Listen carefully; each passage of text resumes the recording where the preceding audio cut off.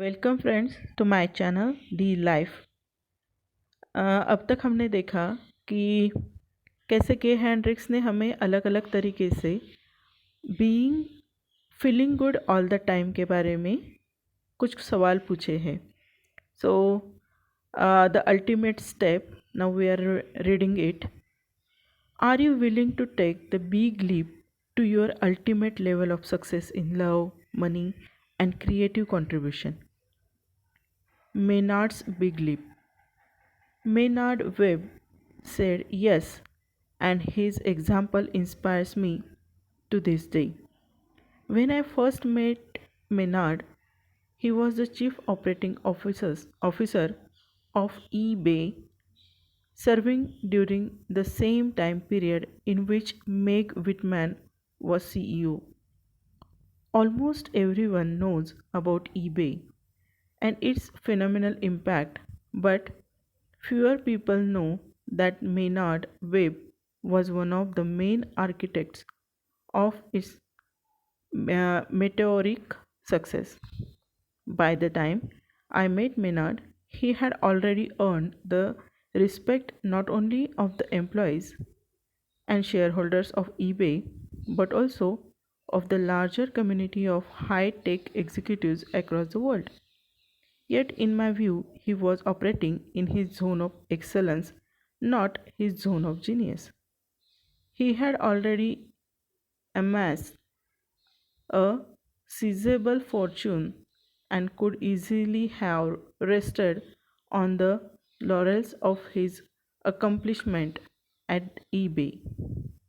That's not the way Maynard Webb operates, though. He chose to confront his upper limit problem and make the big leap into his zone of genius. He saw how staying within the world of eBay would be staying within his comfort zone. The comfort zone is no place for a person like Maynard Webb, and I hope not for you either. Your true home and Maynard's is in the zone of genius. It's the only place where we can fully celebrate and express the gifts we have been given. Maynard's big leap took him out of the comfortable niche that had made him wealthy and into the unknown of a new startup company, Live Ops, which is revolutionizing the field of customer service. As CEO of Live Ops, Maynard has the pleasure of knowing that when he opens his office door every day, he is opening new territory in himself and in the world. He is using himself fully, using everything he has learned to make a bigger difference in the world.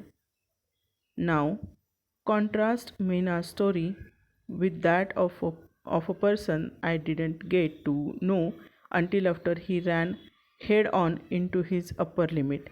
Dr. Richard Jordan had created a successful small business that attracted the attention of a larger firm.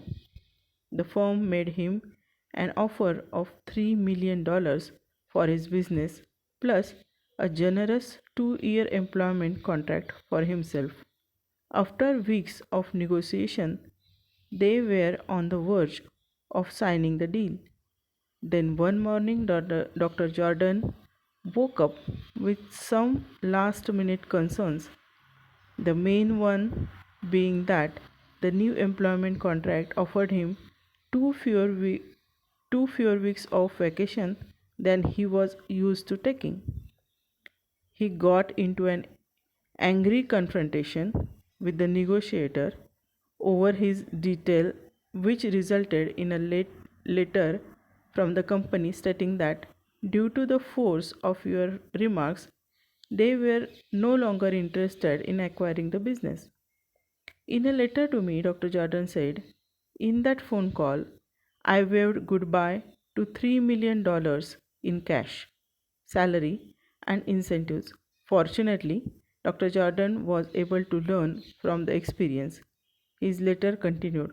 Over the next few years, I would awaken many nights with a knot in my stomach. Then I finally found the diamond in the dust.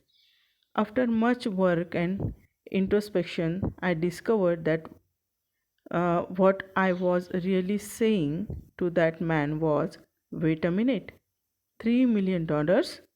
That's way more than I am worth. I cannot allow this.